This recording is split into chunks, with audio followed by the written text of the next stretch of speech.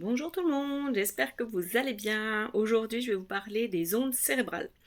Donc notre cerveau émet des ondes cérébrales en Hertz et ces ondes cérébrales indiquent la manière dont nous nous sentons à l'intérieur.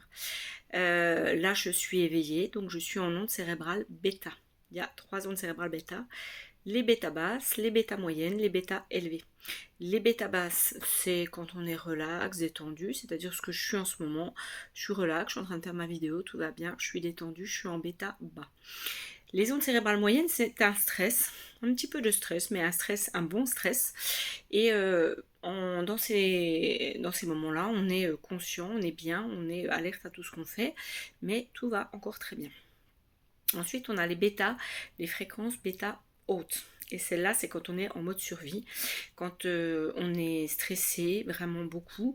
Elles sont 2 fois plus importantes que les bêta moyennes et 3 fois plus importantes que les bêta basses. Et dans ces moments-là, on n'est vraiment pas bien et c'est là où notre corps est en survie et donc l'homéostasie n'est plus là et on a les hormones du stress qui arrivent et tout ce qui va avec. Notre système immunitaire est en berne. Voilà. Donc ça, c'est les 3 ondes que l'on peut avoir quand on est éveillé. On peut avoir une dernière onde, on passe de bêta à alpha. Alpha, c'est un mode tranquille, le mode de l'intuition, le mode de la créativité, etc.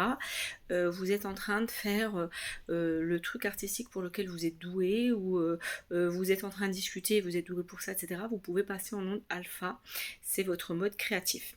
On peut être aussi en onde alpha quand on fait des méditations, et c'est vraiment le tout début. Ensuite, on va passer en onde θ. Et là, θ, c'est très intéressant, on y reviendra à la fin de la vidéo. En onde θ, ensuite, on descend en onde delta, c'est les moments où l'on dort, où on est endormi. Et ensuite, on va passer en onde gamma. Et là, c'est la supraconscience. C'est ce qu'on obtient dans les états méditatifs profonds. Et c'est là où tout peut arriver, où on peut avoir des expériences mystiques, etc.